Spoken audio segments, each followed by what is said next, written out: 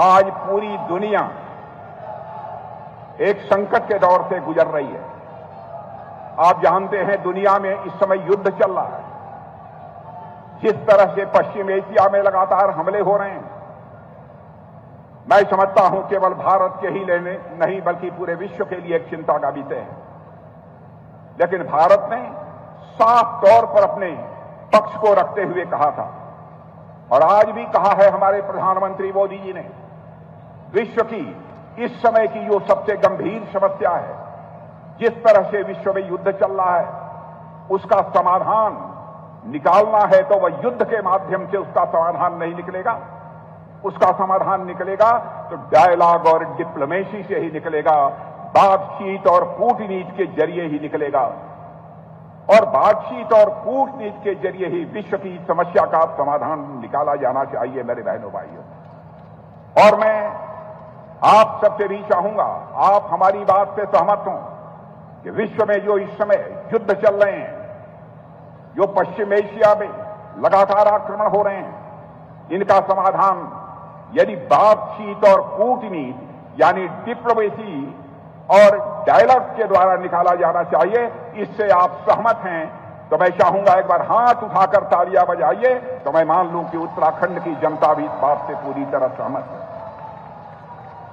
भारत का जहां तक प्रश्न है बहनों भाइयों, हमारे प्रधानमंत्री मोदी जी ने जिस करिश्माई तरीके से भारत का मस्तक दुनिया में ऊंचा किया है, उसकी जितनी भी सराहना की जाए वह कम है। पहले अंतर्राष्ट्रीय मंचों पर भारत कुछ बोलता था तो भारत की बातों को जिस गंभीरतापूर्वक लिया जाना चाहिए नहीं लिया जाता था, लेकिन आज हमारा और आपका भारत यदि अंतर्राष्ट्रीय मंचों पर कुछ बोलता है, सारी दुनिया कान खोलकर सुनती है कि भारत बोल क्या रहा है। मेरे बहनों भाइयों, आज यह भारत की हैसियत सारी दुनिया में बनी है। यह हम सबके लिए एक गौरव का विषय है और मैं चाहता हूं कि एक बार आप सभी लोग हाथ उठाकर प्रधानमंत्री मोदी जी को यह कहें इस संकट की घड़ी में, और मैं संकट की घड़ी क्यों कह रहा हूं, जब दुनिया में युद्ध चल रहा है तो हो सकता है यहां ऊर्जा का संकट पैदा हो, यहां खाद का संकट पैदा हो जाए। दुनिया का कोई देश बिना प्रभावित हुए नहीं रह सकता बहनों भाइयों इस संकट की घड़ी में।